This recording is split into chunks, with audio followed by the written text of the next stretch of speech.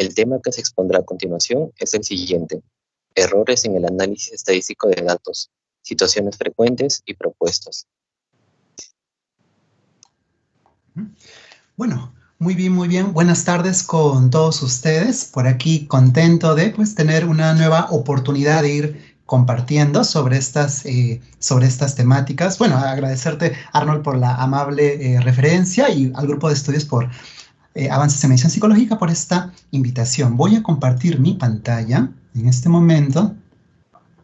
Ya está, entonces ya pueden ir viendo mi escritorio, ya pueden ir viendo aquí las diapositivas y les voy a comentar un poco de esto que les quisiera compartir, errores en el análisis estadísticos de datos. Entonces, ¿qué vamos a ir viendo? Creo que lo importante va a ser que nos vayamos hacia esta parte, las recomendaciones, las propuestas y sobre todo a los comentarios y preguntas que ustedes pudieran estar teniendo y la discusión que podríamos ir teniendo y seguramente todos nos vamos a llevar algo interesante de ello. Pero para motivar esto, estaba pensando aquí compartirles 4 de las más usuales, digamos, temáticas que es necesario ir resaltando, apuntando ahí que necesitamos hacer precisiones en cuanto a nuestro contexto. He tenido la oportunidad de ir trabajando, haciendo, organizando, dictando un curso de estadística aplicada desde el verano del 2013. Más o menos estamos por 45 grupos, 44 grupos, un buen número. Entonces, sí, han sido unos 6, 7 años de ir mirando cómo vamos trabajando esto a nivel de nuestro contexto. Y esto es quizás lo que estas temáticas son entre las que más nos hemos encontrado que es necesario revisar. Por ahí, si es que nos alcanza el tiempo, tengo un par de diapositivas extras, porque también hay también observaciones en cuanto a modelamiento de ecuaciones estructurales, pero bueno, eso ya en un segundo lugar, si es que vamos bien con todo esto que les quería compartir.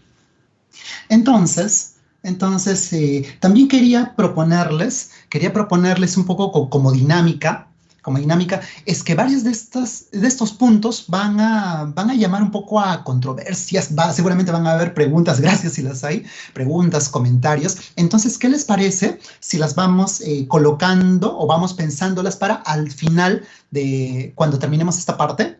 Cuando terminemos toda esta parte, todo este bloque, entonces me encantaría poderles escucharles por el micrófono. Y bueno, he visto que la mayoría de participantes tienen el micrófono habilitado, entonces sería bonito escucharles, bueno, si alguien se animara a activar su cámara, pero bueno, los escucho, entonces lo vamos comentando, eso en primer lugar, y luego ya en una parte complementaria podríamos pasar al tema de revisiones por el chat. ¿Por qué? Porque de pronto yo les puedo aquí compartir sobre esto y sobre estas primeras partes, y pueden haber preguntas, pero resulta que todo se puede ir solucionando cuando hablemos de este cuarto punto. Entonces, el cuarto punto abraza a todo y quizás muchas de nuestras preguntas ya se ven discutidas en esta parte. Entonces, es por eso que les recomendaría un poco, vayamos a ir al inicio. Yo de todas maneras acá estoy mirando el tiempo para podernos dar unos 15, quizás, y sería mucho mejor 20 minutos de reflexión y comentarios. Ok, entonces, sin más, vamos a ir hacia adelante. Por si acaso, por favor, los del grupo de estudios, si hubiera algún tema técnico que me estuviera implicando, por favor, siéntense en la libertad de interrumpirme justo en ese momento. Ahí hacemos una pausa, vemos qué cosa pasó y continuamos. Muy bien, entonces, el primer aspecto que quería compartir con ustedes es sobre el índice para cuantificar el criterio de jueces, ¿no? Muy exigido, muy popular, muy de nuestra práctica, no solamente psicología, sino en muchas áreas. El tema nos preocupa ir viendo validez y entonces aparece esto entre comillas sobre validez por criterio de jueces, que bueno, el término no es tan correcto, no es preciso, pero bueno, así es como usualmente lo van comentando. Y ahora quiero aquí proponerles que reflexionemos un poquito. Miren, hagamos todos este ejercicio y vamos a partir desde cero y vamos a crearnos un índice. Vamos a crearnos un índice que vaya de 0 a 1. Ahorita vamos a crear uno nuevo. Entonces, miren, acá tenemos 5 jueces. A cada juez le pedimos valorar un ítem entre 1 y 5, así que si estos 5 jueces estuvieran muy de acuerdo, seguramente van a marcar 5. Si dijeran, pues no al ítem definitivamente, van a marcar aquí 1. Entonces, con esta información ahora, en este momento, vamos a crearnos un índice súper simple, súper básico. Entonces, miren, aquí vamos a sumar estas puntuaciones. La mínima va a ser 5, aquí la máxima va a ser 25, entonces la suma va a ir de 5 a 25. ¿Qué necesitamos para crearnos un índice que vaya de 0 a 1, estandarizado, de 0 a 1? Pues aquí llamamos un poquito acá nuestra aritmética, nuestra álgebra súper básica, y pensaríamos en esto, que esta suma, esta puntuación, esta suma, le restamos 5, claro, ahora ya no va a ir de 5 a 25, sino va a ir de 0 a 20, y lo dividimos entre 20. Ahora sí vamos a tener un índice que va de 0 a 1. Súper simple, ¿verdad? Miren, esto fue una regla de 3 simple, acomodar, ya está. Si miramos esto con atención para ver qué cosa hemos hecho nosotros, hemos hecho esto. Suma menos lo que es aquí la puntuación mínima, acá lo he colocado 1, entonces 5 por 1, ya, 5 veces porque son 5 jueces, el número de jueces multiplicado por la puntuación mínima que pueden ir dando a ese ítem, y dividido entre, pues, 20, o sea, el ancho total, pero ese ancho total es luego de haber restado 5, entonces luego de haber restado esto anterior, ya está, podríamos pensarlo de esta forma. La puntuación máxima menos la mínima sale 20, y 20 por el número de jueces que son estos 5, ya está, me va quedando aquí el 20, entonces esto está bien. Entonces hemos colocado en fórmula esto súper simple, súper básico que hemos visto ahí, y bueno, la fórmula está adquiriendo cierta, pues, presencia. A ver, ¿qué tal si le cambiamos aquí la notación? Vamos a llamar a lo de arriba una S grande, lo de abajo vamos a cambiar, B mínimo es 1, B máximo vamos a ponerle 0, entonces ya nos ha quedado un índice así medio impresionante, medio interesante, ¿verdad? Ya, ok. Y ahora nosotros podríamos ir, pues, diciendo, ya, que sea, pues, nuestro nuevo índice. Fíjense que para una suma, un promedio súper simple. Aquí AMP les está alcanzando una encuesta de satisfacción, y imagínense que esa encuesta de satisfacción pudo haber tenido 5 preguntas, de 1 a 5, entonces por esta misma lógica podemos crear un nuevo índice, ¿verdad? Y no sé, podríamos hacerlo. Miren aquí lo que va a pasar. Esta idea no es nueva, en verdad viene desde el año 85, y miren, aquí está. Aiken, no Leona Aiken por si acaso, sino Lewis Aiken. Y en este artículo del 85, pues nosotros encontramos esta fórmula. La fórmula conocida, lo que conocemos como esa V de Aiken. La que a veces nos da miedo, ¿no? V de Aiken, qué fuerte suena, ¿no? Pero estamos viendo aquí que es algo súper simple, un razonamiento muy, pero muy sencillo. Entonces, miren, qué fácil es crear índices, ¿no? Mejor acá, en cuanto a la ficha de satisfacción que les decía aquí del grupo de estudios, pues creemos la W, ¿no? La W de MP, ¿no? Entonces, fíjense, un razonamiento súper simple, cómo es que se le puede dar ese aura de omnipresencia, pues, simplemente colocándole un nombre así medio espectacular, y bueno, a veces funciona no dejándose entender. Entonces, ¿por qué les he colocado esto? Porque mientras que aquí se nota, ¿no? Y muchos yo veo ahí que un poco tienen dificultades por las exigencias que le hacen, no tienen que aplicar la V, y tienen que ser 10 jueces, 15 jueces, estos 7 jueces, y bueno, ya como sea, pero necesito esa V. Esa situación es una situación local. Que no la vamos a encontrar en otros contextos. Miren acá, revistas Q1, Psychological Assessment 2019, 130 artículos, psicotema 3 años.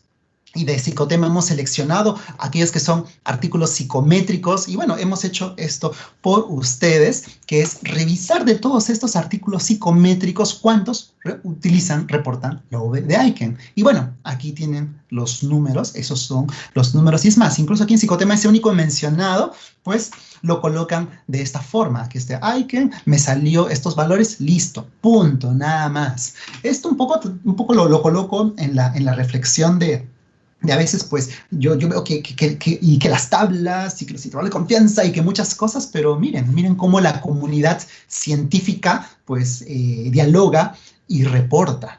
Y bueno, esto ya nos dice mucho acerca pues de la consideración que se tiene a este coeficiente, que seguro, claro, que tuvo un lugar muy importante hacia estos años, y está bien, bacán, hay que considerarlo, pero hay que considerarlo su lugar en la historia.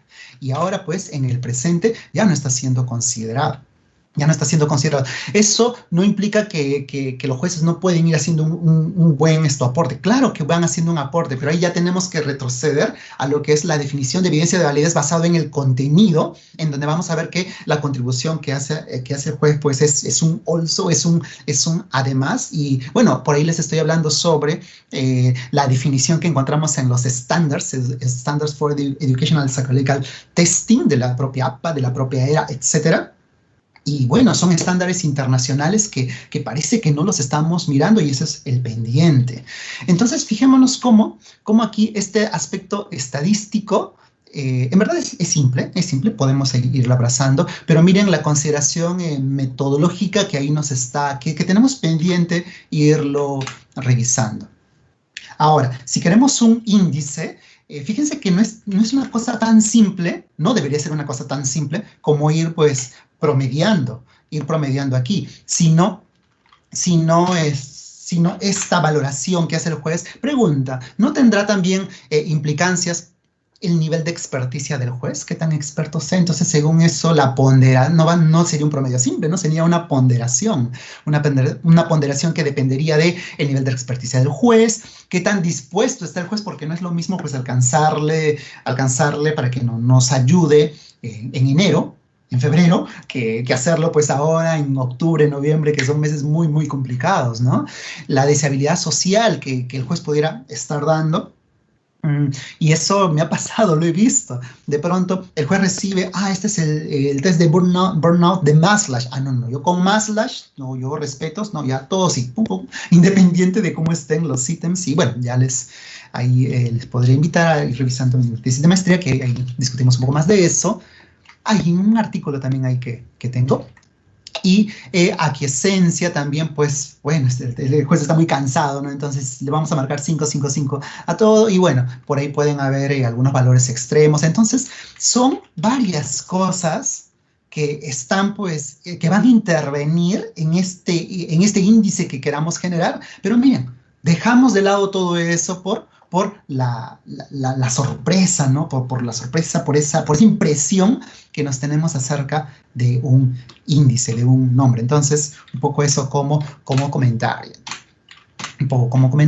Aquí unas ideas clave. Eso es lo que les decía. Después de cada bloque voy a ver algunas ideas clave. Seguramente algunas de sus preguntas, comentarios pueden irse discutiendo con estas ideas clave. Miren, lo de Eichen básicamente es un promedio estandarizado, y acá lo dejo como reflexión. Privilegiar la obtención de una medida estadística cuando esta no es pertinente. Claro, ¿no? Pensar este promedio, ¿será así de simple? O sea, podríamos valorar, decir pues que un ítem va o no va en función pues de un promedio calculado así de esa forma. Puede ensombrecer o desplazar importantes y necesarias consideraciones metodológicas y cualitativas. El análisis de evidencia de validez basado en el contenido, hay mucha carga cualitativa que bueno, no la hacemos porque poco por el coeficiente. Muy bien, entonces eso un poco como primera reflexión. En este caso, la estadística no está mal, sino lo que necesita, lo que está pendiente es esa consideración metodológica que vamos teniendo. Segundo ejemplo, precisiones sobre correlación, coeficiente de correlación de Pearson y su caso especial de Spearman. Aquí hay mucho mito urbano, leyenda urbana y aplicación medio extraña. Así que van para ir pues paso a paso, vamos con la definición, con algo muy conocido por ustedes. Aquí sí todo el mundo se sobra. Coeficiente de correlación de Pearson, ya sabemos que va entre -1 y 1. El grado de asociación lineal entre dos variables, además de su intensidad, fuerza, dirección, etcétera.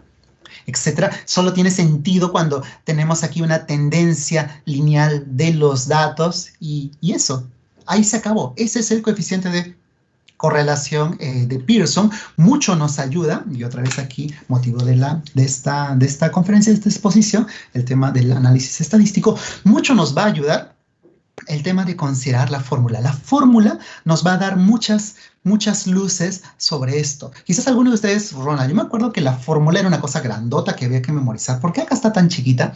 Es que esta es. Recuerden que esto es coeficiente de correlación lineal de Pearson o coeficiente de correlación producto-momento de Pearson. Aquí está el producto y estos son los momentos, puntuaciones Z. Pues eso lo vamos a ir viendo aquí. Porfa, yo voy a ir colocando unas ecuaciones, pero no nos rayemos, no nos preocupemos. Aquí lo más importante es verlo de manera global, ¿ya? Verlo de manera global.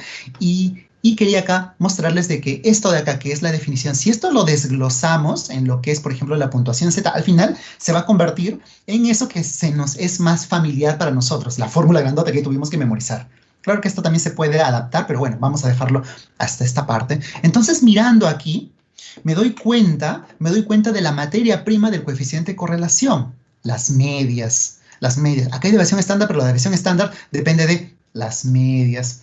Entonces, el coeficiente de correlación está bien cuando las medias están bien. Y cuando las medias tienen sentido, cuando la variable es numérica.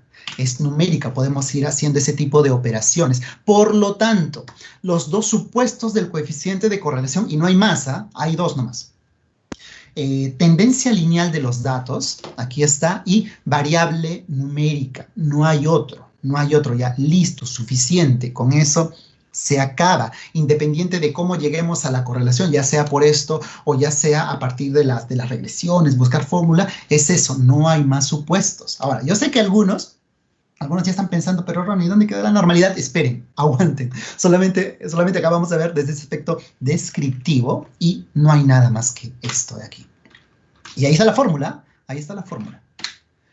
Ok, necesito aquí un concepto previo y es el tema de, antes digamos de que un poco me salten con el tema de variable ordinal, necesitamos aquí un concepto previo y es que nosotros usualmente trabajamos con, por lo que vamos a correlacionar, son variables totales, el total de la escala, el total de la dimensión o factor, y nosotros lo calculamos a partir de la suma de ítems. Entonces, tenemos estos ítems, los sumamos y obtenemos la puntuación total. Aquí hay un principal supuesto, consideración que se hace, y así lo consideran por si acaso todas las revistas de alto impacto, que es la suma o la ponderación promedio, como ustedes, como queramos.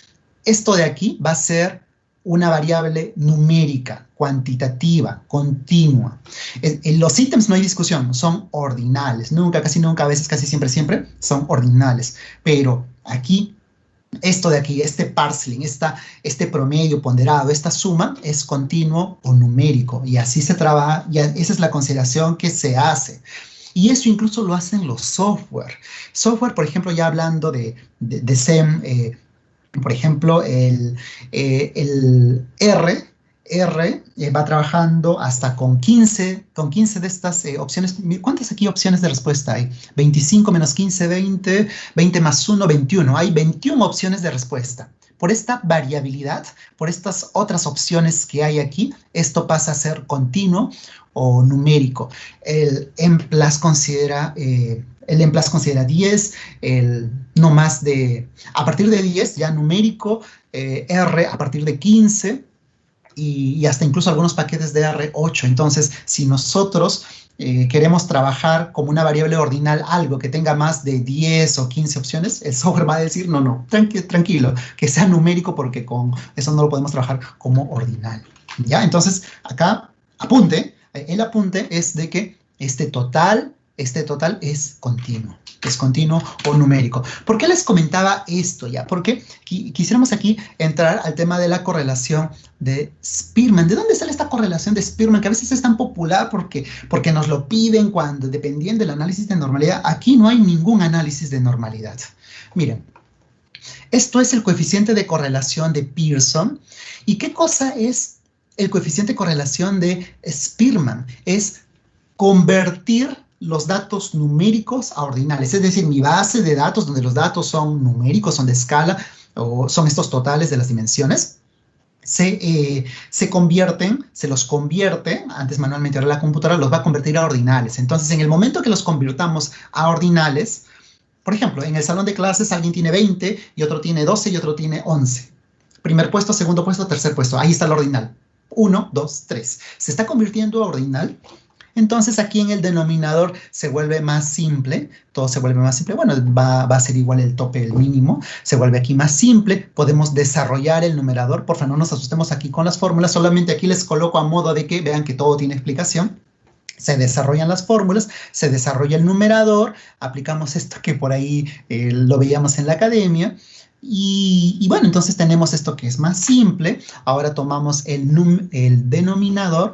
A ver, perdón, esto está, aquí debería decir numerador. Tomamos el numerador otra vez desarrollamos, acá dejamos en puntos suspensivos porque esta situación es más larga. Concluimos con esta parte, juntamos numerador con denominador y obtenemos, miren, el coeficiente de correlación de Spearman. Eso que vamos a ver en todos los libros, eso que aplicamos.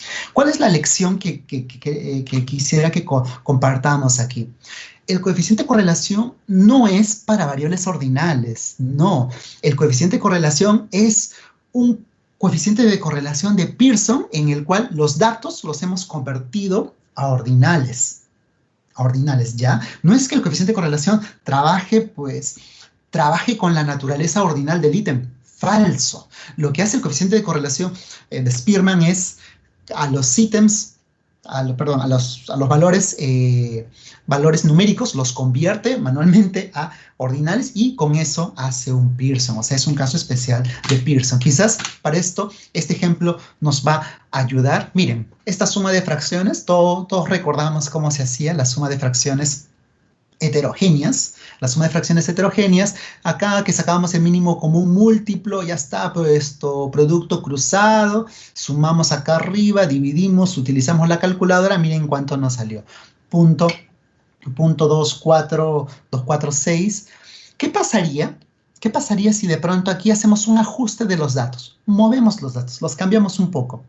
Este 17 convirtámoslo a 16 y ahora sí, muchos se acuerdan de esta fórmula de suma de fracciones homogéneas, ¿verdad? Todo se vuelve mucho más simple, los numeradores los sumamos y todo se convierte pues a 0.250. Entonces, todo se volvió más simple porque hemos cambiado el dato, no nos afecta mucho, total. Acá que es 4 milésimas de diferencia, entonces no nos afecta mucho. Ok, esto de arriba es como aplicar Pearson, la fórmula tal cual. Y esto de abajo es como aplicar la correlación de Spearman, es decir, cambia un poquito los datos para volver el asunto, para utilizar una fórmula más simple que básicamente es la derivación de la anterior. Entonces, no hay consideración especial. Un poco en nuestro contexto veo que se le da relevancia a la correlación de Spearman, pero la pregunta es ¿por qué? Y ahora, ¿y estos por qué? Bien nos lo podemos ir haciendo. O cuando nos damos cuenta que tenemos que hacerlo, cuando miramos las publicaciones en revistas de alto impacto y vemos pues que no existe correlación de Spearman. Todo es Pearson, bajo la consideración de variable numérica y esos supuestos que les comentaba. Entonces aquí dejo una conclusión, el coeficiente de correlación de Spearman es un caso especial, es un caso particular de la de Pearson. Es más, incluso quieren lucirse, ¿saben qué es la correlación phi y la correlación punto biserial? Simples casos especiales de la correlación de Pearson, en el cual la fórmula se volvió más simple porque una variable era dicotómica, pero incluso, o dicotómica una o las dos, pero incluso algebraicamente es lo mismo.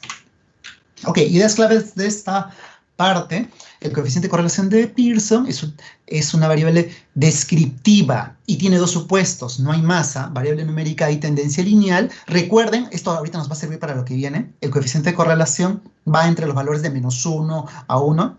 Recuerden el grado de asociación, intensidad, fuerza entre dos variables, además de su dirección, entre dos variables numéricas. El coeficiente de correlación de Spearman es un caso especial. En lógica y concepción es lo mismo. Y el coeficiente de correlación de Spearman es un R en el que previamente, lo que les había comentado, los datos se han convertido del ordinal a lo numérico.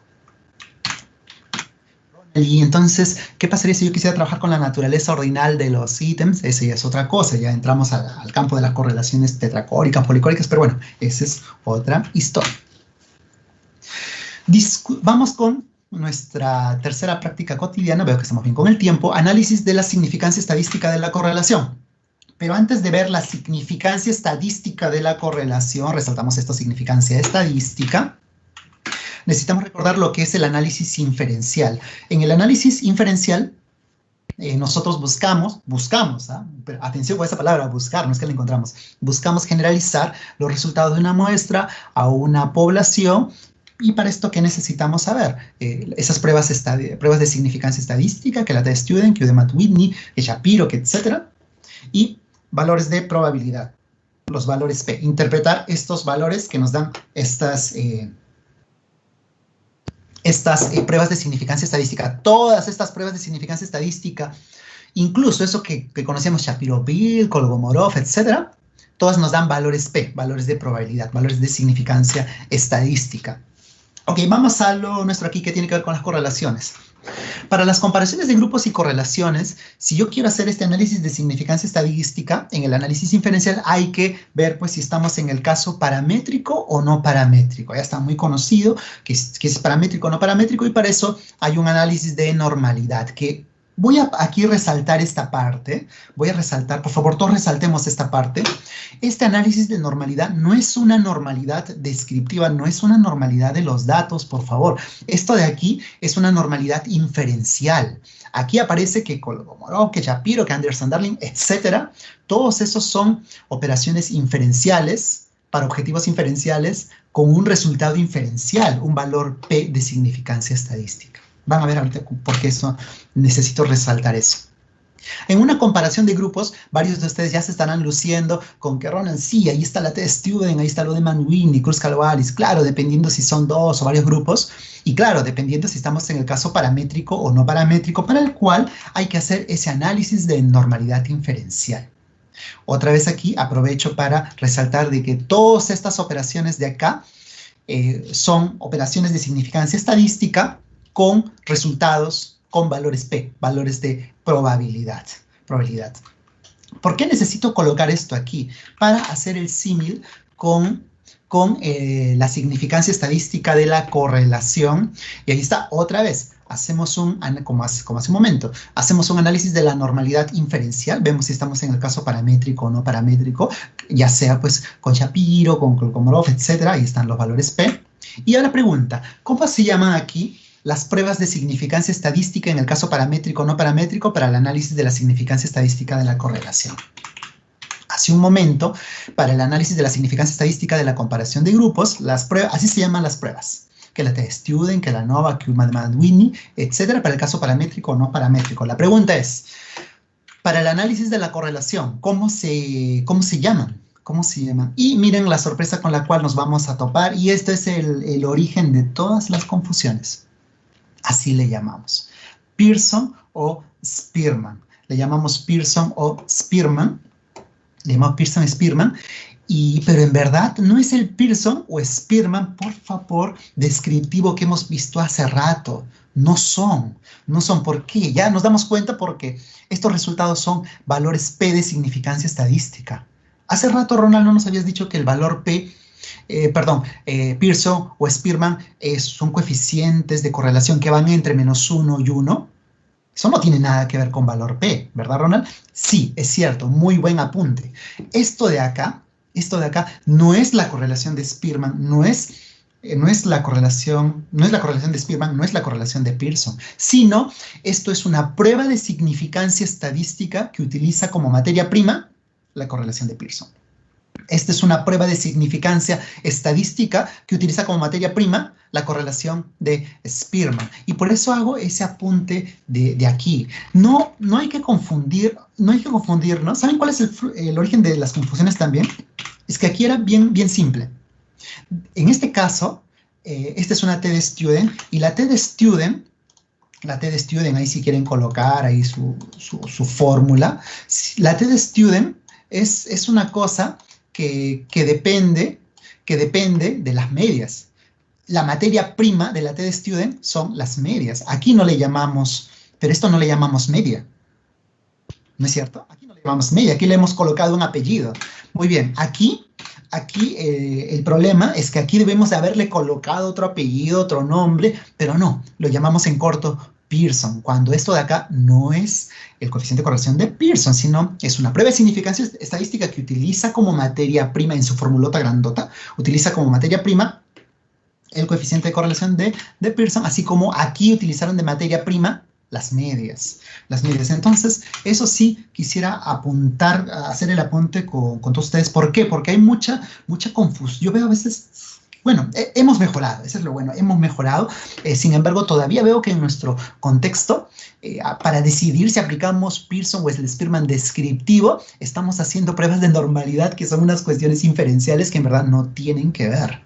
No tienen que ver. Entonces, atención con eso. ¿Y cómo nos damos cuenta? ¿Por qué? Porque nos damos cuenta porque cuando veamos publicaciones en otros contextos, todo básicamente es Pearson. ¿Por qué? Porque cumplen sus condiciones. Vieron la tendencia lineal, variable continua, variable numérica, ya está suficiente. La parte descriptiva, así se reporta, la parte descriptiva, coeficiente de correlación de Pearson, no es necesario. Y para la parte inferencial, ahí sí, acá sí, si queremos que la normalidad, que Shapiro, que Kolmogorov, que ya, que este de aquí, que el Pearson o Spearman con asterisco, aquí para esta parte.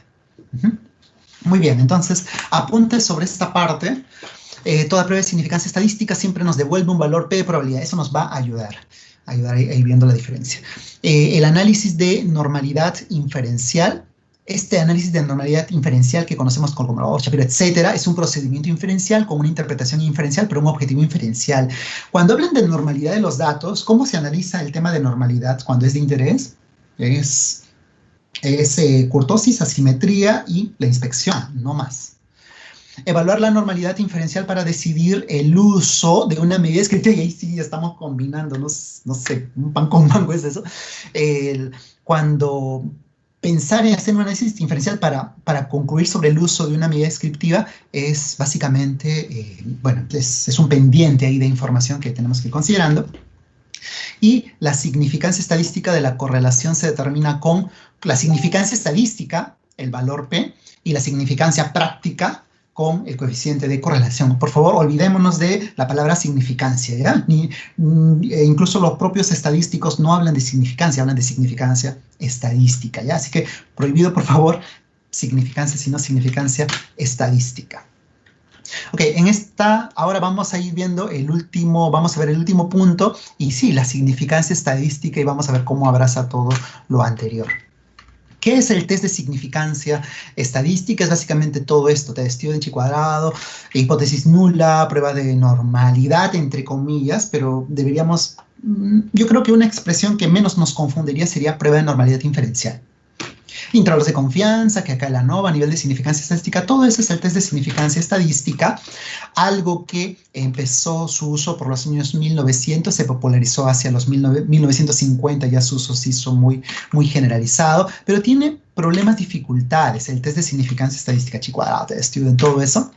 Y es que mire, estamos aquí haciendo una intervención, estamos evaluando un grupo experimental de control, vemos que hay diferencias, hay un incremento de 13 puntos, entonces uno que es el experto, uno que conoce, que puede ir valorando las mediciones del instrumento, puede decir de que, wow, esto sí es un cambio interesante, 13 puntos, wow, pero si nosotros hacemos el test de significancia estadística, de pronto va a salir pues esto de acá, que es estadísticamente no significativo, un resultado que antes nos ponía tristes.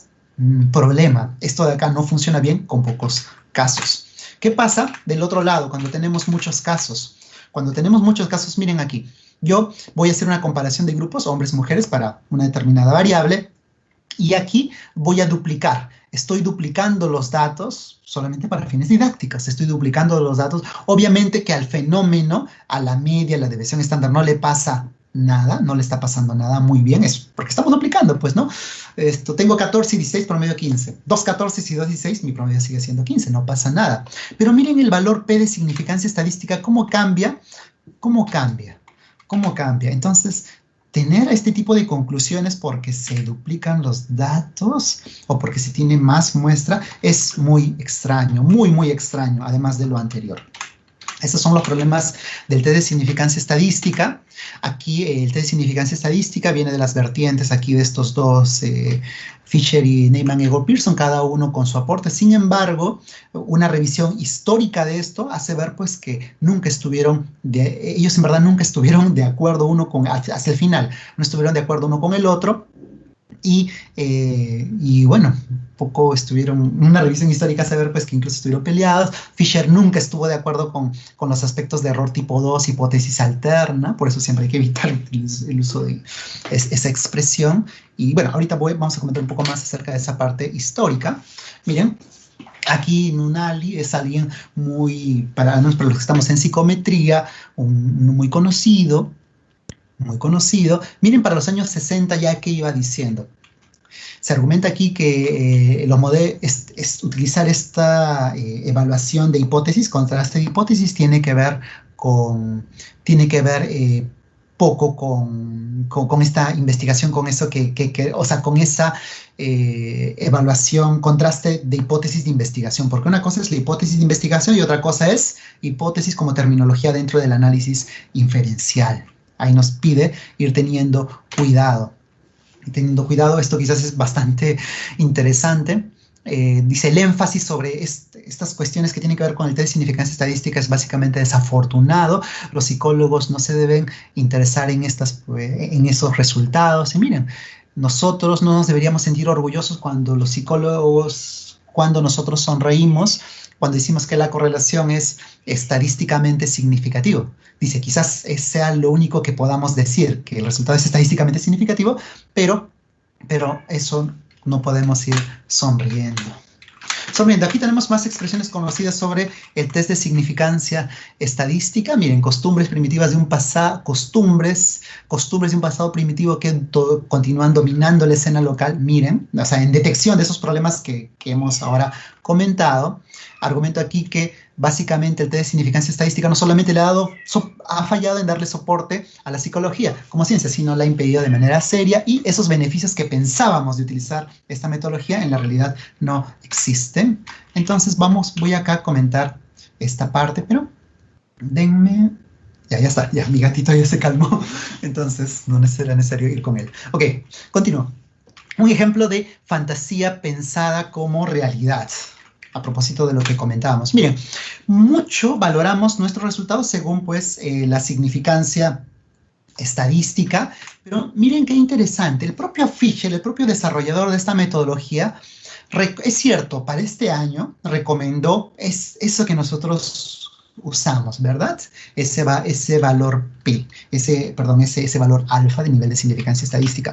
Pero es súper interesante conocer la historia y ver pues que 30 años después, ya en una mayor madurez, luego de una mayor experiencia, él mismo dice que considerar un nivel de significancia estadística es absurdamente académico, y que alguien que esté ocupado en investigación tiene un valor fijo que puede ser año tras año, en todas las circunstancias, o como a veces lo vemos, ¿no? El valor más usado en las ciencias sociales. Entonces, miren lo que dice el propio autor de esta metodología. El nivel de significancia estadística no tiene un sustento objetivo, y por eso es muy famoso, muy reportado en esta discusión, esta frase que, bueno, se las dejo a cada uno de ustedes, y un poco ahí para motivarles a ir siempre mirando, que mirarlo desde las propias fuentes de inglés puede ser de muy fácil comprensión.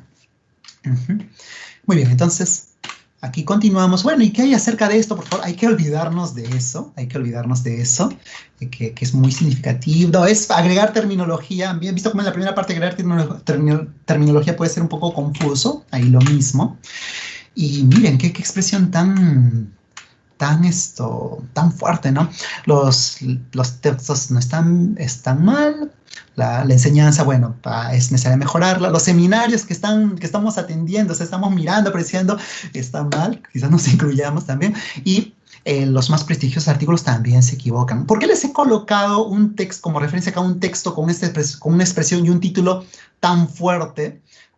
Porque esto incluso, desde la propia Academia de los Estadísticos, llaman a esa referencia en este texto para ir iniciando su discusión. Entonces, también va teniendo ahí su importancia. Aquí más expresiones. Yo creo aquí que básicamente esa confianza que se tiene en simplemente refutar una hipótesis nula para comprobar teorías es básicamente un terrible error, básicamente incorrecto, una pobre estrategia científica y una de las peores cosas que ha pasado en la historia de la psicología. Entonces, esto hay que continuar. Hay que continuar y tenemos aquí, por ejemplo, me gustó cuando miraba este texto de aquí. Miren, Piaget trabajó para sus desarrollos, para sus desarrollos tanto en la teoría lógica, en estos desarrollos sobre la cognición, y otros autores importantes sobre la percepción, y otros sobre otras importantes aportes en la psicología, y ninguno de ellos pues hizo su aporte rechazando, ¿no?, hipótesis nula. Entonces, miren qué interesantes por ahí reflexiones van saliendo y acá nos cuenta esta persona en esta introducción de que, miren, él ahí a Múnich para este año se consideraba el test de significancia estadística como una importante herramienta. La reflexión es ahora, aquí en el 2019-20, ¿se seguirá? ¿Cómo es la consideración que estamos teniendo ahí para la reflexión? Les extraigo más de ese texto.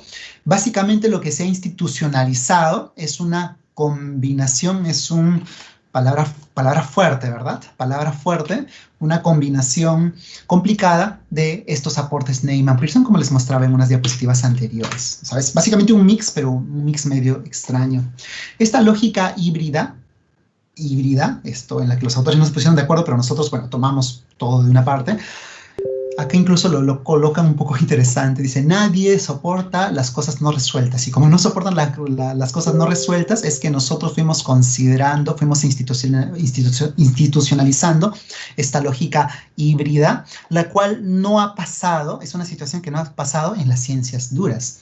Esto sí, acá me detengo unos segundos para comentarles por qué en mí me llama el interés de ir revisando todos estos temas, y aquellos que quieran verlo pueden ver en mi tesis de licenciatura. Ahí me googlean la tesis de licenciatura y tengo todas esas referencias, 2014-2015. Y es que tengo, ahí lo han comentado un poco en mi hoja de vida, tengo estudios previos en la Facultad de Ciencias de la UNI, específicamente en la carrera de física. Prácticamente estuve a trámites de ir obteniendo el bachiller. Entonces, luego de haber visto muchos cursos de matemáticas, y física es básicamente pues matemáticas muy, pero muy avanzadas, y también yo estuve un poco de lado también al final de los que hacen física experimental, un poco de la parte práctica, y créanme que nunca vi test de significancia estadística, no existía. Entonces es por eso que me llama la atención cuando ya empiezo mis estudios en psicología. ¿Qué es esto? ¿Por qué se le presta tanto interés? Que es algo que ni siquiera en las ciencias duras existe. Y ahí me fui tomando un poco con estas sorpresas que ahora les comparto. Y créanme que todo esto que les estoy compartiendo aquí nos sirve para reflexionar sobre lo anterior. Mucho nos sirve aquí la historia. Aquí hay un buen texto de la parte histórica. Aquí les comparto un poco más de citas. Miren, el propio Fisher que decía acerca de Neyman, y recuerden que con Neyman viene el tema de hipótesis alterna, el tema de error tipo 2, incluso hasta potencia estadística. De hecho, yo no le diría aquí a mis estudiantes que piensen en usarlos. ¿Ven? Fuerte, ¿no? Fuerte. Y aquí es básicamente esa parte histórica en la cual Fisher se da él mismo en sus últimos años dice, no utilicemos ese nivel de significancia estadística. Y como vienen acá con esta reflexión, aunque esta es su recomendación primera en su juventud, básicamente prevaleció. ¿Cómo va la discusión en los últimos años? Y con eso ya vamos concluyendo. Aquí esto es en la revista Nature. Miren este título, ¿no? 2017. Remover más que definir. Porque hay intentos, ¿no?, por definir, pero es un poco más extremo, remover. Aquí tenemos una editorial muy conocida de este journal. ¿Por qué? Porque esto fue luego citado fue mencionado por muchos. O sea, renovó la discusión. Y es que en la editorial de esta revista, si ustedes quieren publicar en esta revista, está prohibido el test de significancia estadística, no se puede ir utilizando. Es muy épico aquí lo que comentan. Aquí dicen, para el año anterior dijimos de que este procedimiento es inválido, ahora anunciamos de que ya no lo vamos a admitir, así que todo, si en tu publicación va a ser removido todo vestigio de valor P, T de student, expresión de significancia, etcétera, los intervalos de confianza básicamente caen en ese mismo problema. caen en ese mismo problema. Luego veremos ya un espacio. Cada uno de estos temas que les he ido compartiendo, de verdad, es para irnos expandiendo. Ya habrá oportunidad de compartirlo en amplio. Y bueno, aquí desde la propia ASA, de la propia American Statistical Association, están estas expresiones en donde están tomando esto, hacen precisiones, pero básicamente nos confirman todo este uso equivocado que se ha estado haciendo en todos esos previos años. Miren, incluso aquí estamos hablando de 2019, 800 científicos firmaron una suerte de carta general para retirar el test de significancia estadística. Con eso, aquí quisiera ir a que no es que vamos ahora a sublevarnos y ya no queremos hacer eso, no, al contrario, aprendámoslo, conozcámoslo bien y con eso vamos a poder ir trabajando, considerar mejor sus limitaciones y ya no nos vamos a dejar de sorprender. Créanme que yo, para esta temática del modelamiento de ecuaciones estructurales, tener este ojo de que la significancia estadística a un lado y lo descriptivo a otro, sin de combinar las cosas, de verdad ayudan y todo lo vuelve mucho más didáctico. Yo les aseguro que la didáctica cambia, se transforma, se vuelve todo más simple y directo. Y bueno, entonces cerramos aquí con las recomendaciones a partir de estas temáticas motivadoras que hemos estado viendo. El revisar, y aquí les he dejado 5 puntos, y estos 3 puntos yo creo que no nos podemos escapar. Deben de ver, yo sugeriría humildemente de que sean consideradas cuando en la enseñanza, en los cursos.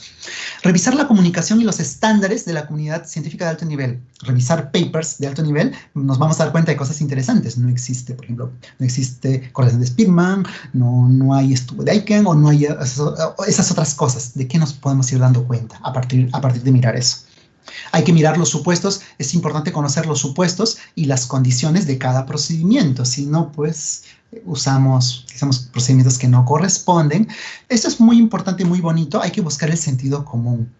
Créanme que en una carrera, pues, de física y con sus cursos de electromagnetismo, mecánica cuántica 1, 2, física nuclear, física de estado sólido, etcétera, todos esos cursos que tuve la oportunidad y agradezco haber tenido la experiencia de haberlo llevado, a pesar de todo lo fuerte que era, siempre había un sentido común que me cuesta un poco encontrarlo ahora, pues, en la estadística que usamos, y es por eso que es donde se genera estas animadversiones en todos los que estamos aprendiendo estadística aplicada a la investigación en ciencias sociales, que eso es un pendiente que hay que irlo viendo, siempre pensar en el sentido común, un poco que lo que hemos intentado ver, ¿no?, con las fórmulas de hace rato, y esto ya se lo dejaría un poco para los que ya estamos a cargo, pues, de la asesoría, de revisar estos temas metodológicos. Es importante conocer el marco histórico. Han visto un poquito de la mirada histórica, qué idea, qué perspectiva nos van dando, y nosotros analizar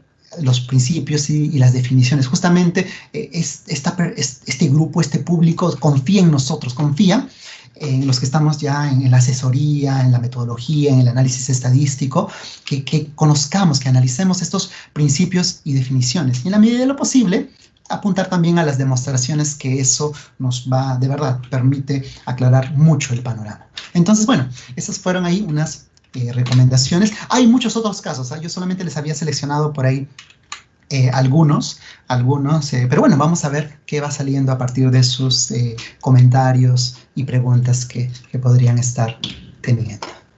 Bueno, muchas gracias, y creo que podemos pasar a sus preguntas y comentarios. Voy a un ratito dejar acá de compartir para poder ver el chat. Bueno, más que para poder ver el chat, para poder ver, a ver, si es que alguien se animaría, alguien se animaría quizás a comentarnos por el micro, puede levantar la mano. Ven que hay un botón de levantar la mano, entonces yo veo, es Carlos que nos quiere hablar ya. Carlos, a ver qué nos comentas, si tuvieran alguna pregunta, comentario. No, para que sea esto un poco más ameno. ¿Alguien se anima? Muy bien, por ejemplo, veo que Iván ha levantado la mano, entonces, a ver, Iván, por favor, coméntanos. Gracias.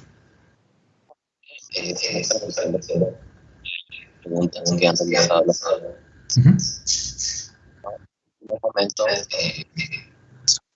si la V de Aiken es indicable por las razones que ha mencionado, ¿Qué alternativa sugiere para estrenar evidencias de validación contenido? Ya. Disculpa, Iván, se me ha sido un poquito difícil escucharte la primera parte, está un poco entrecortado, entonces quizás en tu caso sí, por ahí sí te pediría que lo coloques ahí en el chat, yo voy a ver justo la última, la más reciente, que seguramente es lo que comentas. Uh-huh. Sí. Ajá, sí, porfa. Ajá, voy a estar atento por ahí lo que comente Iván en el chat. A ver, por favor, ¿alguien más quisiera comentar? Y eso que he tocado así varios puntos así fuertes, ¿ah? Quizás un poco de aplicación cotidiana. A ver, Omar, por favor, coméntanos. Sí, Ronald, ¿me escuchas? Sí, claro, se te escucha bastante. Ya, ¿qué tal, Ronald? Bueno, en principio felicitarle por la exposición, ¿no? Y agradezco por lo que vierte estos conocimientos tan importantes.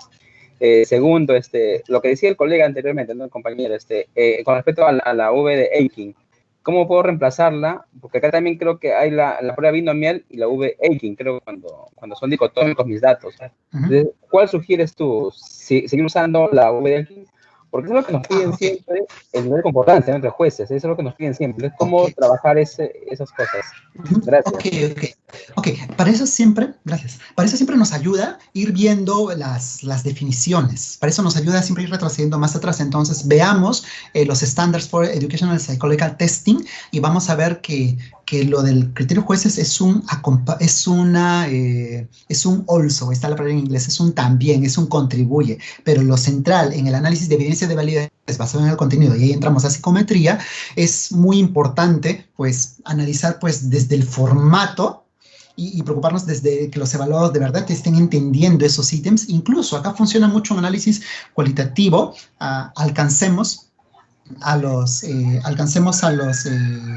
un grupo, a ver, por favor, ¿hay alguien que tiene su micro prendido? Quizás se escucha un ruido de fondo. Hay mucho ayuda, por ejemplo, hacer un piloto, tener acá la prueba y aplicarles pues a los sujetos, a algunos evaluados, y luego preguntarles y sentarles ¿qué has entendido? ¿Qué te ha motivado a ir respondiendo esto? ¿Se comprende bien el formato, la letra? Incluso hasta eso ayuda. Eso ayuda en ese análisis de evidencia de validez basado en el contenido. Y bueno, o sea, hay que tener mucho cuidado con el tema de esos índices, porque, por ejemplo, binomial, pero ¿qué cosa es la binomial? ¿Bajo qué supuesto se hace? Y sus supuestos son bien fuertes, y empezando por variable aleatoria. Es la respuesta de los jueces, una variable aleatoria. No tiene mucho... hay que tener cuidado. A veces sé que son nombres que nos impresionan, pero vamos, sentido común. Será, pues, cómo podemos mejor controlar esta aquiescencia que podría ir teniendo el juez, su nivel de experticia, etcétera, etcétera. Entonces, muy bien controlando la situación, o sea, saber reconocer de que nosotros somos los principales investigadores. Aquí el principal responsable somos nosotros mismos. Entonces, antes de pedir la ayuda de algún experto, y si es con uno, pero que de verdad pues te va a ayudar, uno es suficiente, no más. Pero más bien tú, investigador, preocúpate ítem por ítem. A ver, léelo, velo ahí el grupo piloto para ver si se está entendiendo el formato. Todo eso es evidencia de validez basada en el contenido. Ahora, otra cosa que nos ayuda, y eso aplica para todo lo anterior, es miremos cómo se reportan las revistas de alto impacto y vamos a ver que no existen esos índices. No existen porque ya les comenté, ¿no? No se cumplen los supuestos. Entonces, más importante sería ese análisis cualitativo. Rona, ¿por qué cualitativo? Porque ahí está, es parte de la definición de evidencia de validez basada en el contenido. Y bueno, a ver, vamos a ver si es que por ahí se lo puedo compartir o creo que lo tengo, sí, en alguna, sí, debí haber colocado esta diapositiva en una anterior conferencia que lo dimos ahí en la página, lo pueden buscar en la página Sociedad Peruana de Psicometría, hay una anterior conferencia donde debí haber colocado la diapositiva con esa definición. Muy bien. Gracias. A ver, Jacqueline, veo tu mano levantada.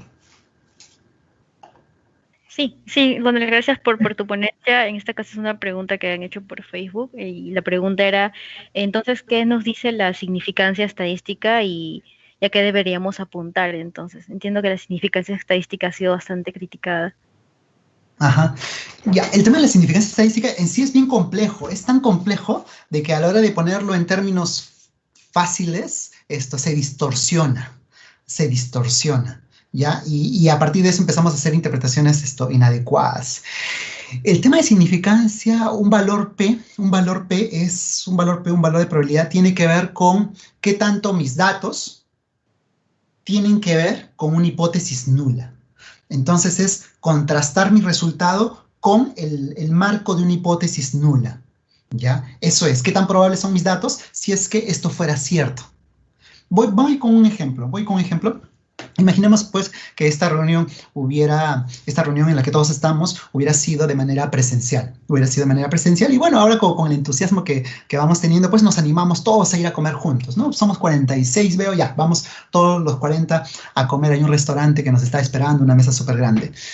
Entonces, bueno, ¿no? Tenemos que ver cuántos recursos tenemos, cuánto cada uno puede pues ir pensando en invertir. ¿Cuánto tiene cada uno para almorzar? ¿Cuánto será? ¿15 soles? ¿20 soles? ¿25 soles? Vamos a ver, ¿no? ¿Cómo nos damos ese almuerzo? Entonces, ¿qué sería lo interesante? No podemos preguntarles a todos, vamos a preguntarles a un grupo cuánto tenemos. Entonces, quizás la hipótesis interesante, la hipótesis a priori interesante para comparar sería, pues, o contrastar sería, pues, si tenemos 15 o 20 soles, ¿no? Para ir, digamos, a un sitio interesante, donde el refresco viene incluido, ya. Ok, un sitio interesante y ese sería interesante, ¿no? Ese a priori, ya estoy invocando un elemento de la estadística inferencial bayesiana, pero ok, eso lastimosamente no lo hace el test de significancia estadística, lo que hace es en el marco de una hipótesis nula. ¿Y cuál es esa hipótesis nula? 0 soles. Es decir, la hipótesis nula es nadie tiene dinero. Entonces la pregunta es, ¿qué tan útil es analizar? Es contrastar la hipótesis si nadie tiene dinero. Cuando es una hipótesis que en verdad no vale la pena analizarla porque en la realidad la hipótesis nula nunca va a ser cierta. Alguien por lo menos va a tener un sol, alguien por lo menos va a tener 50 céntimos. Entonces, eso es hacer el contraste con la hipótesis nula. Al final siempre la puedes rechazar. Al final no existe la situación en la que todos tengamos 0 soles. Es por eso que si uno aumenta el tamaño de muestra, el valor P va a salir estadísticamente significativo. Nunca la hipótesis nula es cierta. Entonces, ¿hasta qué punto vale la pena eso? El éxito del test de significancia estadística son por sus términos. Tiene términos interesantes, ¿ah? Error tipo 1, tipo 2, hipótesis alterna, hipótesis, significancia, ¿ven? Por eso el peligro de hablar de significancia, por favor, es significancia estadística. Muy bien, ¿alguien más? ¿Alguien más que quisiera compartirnos? A ver, voy a ir mirando el chat. A ver, voy a empezar desde lo último y voy a ir retrocediendo. Ajá. Ya, lo que pasa es que, a ver, intento ver un poco la pregunta de Manuel, pero veo que como estamos con el tiempo, quiero leer rápido, pero está un poquito largo. A ver, Manuel dice, cuando se realiza una tesis correlacional, ¿es cierto evidenciar un piloto sobre... Ya, de arranque. En otros contextos no existen las tesis correlacionales, no existen las investigaciones correlacionales, entonces hay que tener cuidado con eso. Por eso les decía, siempre hay que mirar otros contextos. Entonces, en este caso de las hipótesis correlacionales, bueno, yo diría ya somos libres y flexibles porque al final eso no vamos a colocar en un paper, en un artículo. Lo que evaluamos para un paper, para un artículo son básicamente estudios de relaciones explicativas. Evaluamos modelos. ¿Por qué el tema de las correlaciones? Y ahí me doy un poco, me permito abrir eso un poco. El problema de las correlaciones es que, miren, les voy a poner un ejemplo. En Australia resulta de que de pronto cuando se ven pues en las calles o se reportan mayores mordeduras por estas serpientes, culebras que salen, hay una correlación entre el reporte de mordeduras o el reporte de avistamientos de estos animalillos. Hay una correlación entre el reporte del avistamiento de estos animalillos y la venta y compra de helados. Con la compra de helados. Correlaciona, y es cierto, están en los datos, a más avistamiento de estos animales, más compra de helados. Podríamos pensar entonces que, bueno, ¿no? Entonces tengamos estos animales en la jaula y la fábrica de helados lo va a tirar en la calle para incrementar sus ventas. No tiene sentido, ¿verdad? Pero Ronald está correlacionando, mi estudio correlacional, pero no tiene sentido, no tiene sentido. ¿Qué es lo que está pasando? Hay una tercera variable. Hay una tercera variable y claro, ya puedo colocar el modelo de temperatura, a más temperatura, salen más estos animales, así ya se les ve más en la calle, salen más y también se venden más helados. Por lo tanto, esa correlación que hace rato era una correlación espuria. Entonces, ¿hasta qué punto, pues, los estudios correlacionales son más o menos de ese tipo? Por eso es muy importante la parte de la teoría y a lo que debemos ir apuntando hacia más allá, es investigaciones de evaluar modelos explicativos. Evaluar estos explicativos. Luego un poco lo de Manuel. Esto, ya, a ver, vamos a pasar a otra pregunta. A ver, Laura, si lo de Aiken es criticable por las razones que ha mencionado, ¿qué alternativa sugiere? Y esto ya lo comenté. Sí, por eso les decía que prefiero un poco esperar sus comentarios por el micro. Ronald, discúlpame, ya estamos con el tiempo. Ok, ya, sí, ya lo veo. El certificado. Mi compañera Jacqueline va a presentar ahora el certificado.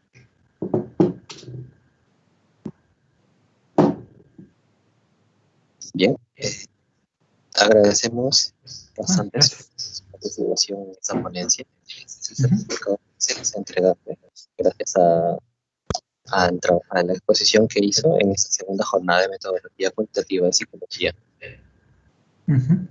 Muy bien, gracias a todos ustedes, gracias por esta oportunidad.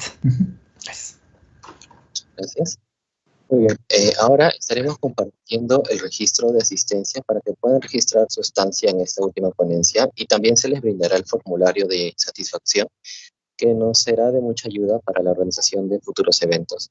Los materiales serán brindados a través de sus correos y estén atentos a nuestra página. Agradecemos a los participantes por asistir al evento y a los ponentes por acompañarnos en estos espacios para compartir sus conocimientos. Nos vemos hasta el próximo evento organizado por el Grupo de Estudios Avances en Medición Psicológica. Muchas gracias.